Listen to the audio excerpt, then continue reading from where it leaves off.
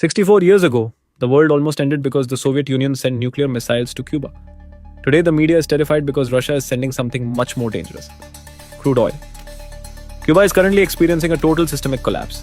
The national power grid has failed, the food supply has vanished, and the United States has quietly thrown a massive, suffocating naval blockade around the island. But right now, a sanctioned Russian state-owned tanker named the Anatoly Kolotkin is slowly steaming across the Atlantic, carrying over 700,000 barrels of crude directly toward the US Armada. Welcome to the unseen market of the 2026 Caribbean blockade. The world is in an absolute panic, calling this the Cuban Missile Crisis 2.0.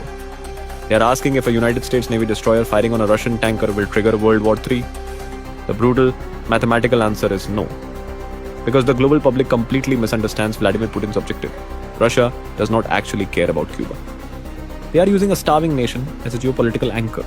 Look at the pure economics of this standoff. The United States Navy is the most powerful maritime force on planet Earth, but they are currently paralyzed by a slow, rusting, defenseless oil ship. If Washington lets the Russian tanker through, the US energy embargo collapses, and America looks weak in its own hemisphere. But if the US military boards or sinks a sovereign Russian vessel in international waters, it is a direct act of war. So the Pentagon is forced into a third option: deploying a massive multi-billion-dollar armada of guided missile cruisers, destroyers, and submarines to blockade the Caribbean and play a slow game of cat and mouse. This is the devastating genius of asymmetric logistics. By sending a single cheap oil tanker toward Havana, Russia has successfully trapped a massive portion of the United States Navy.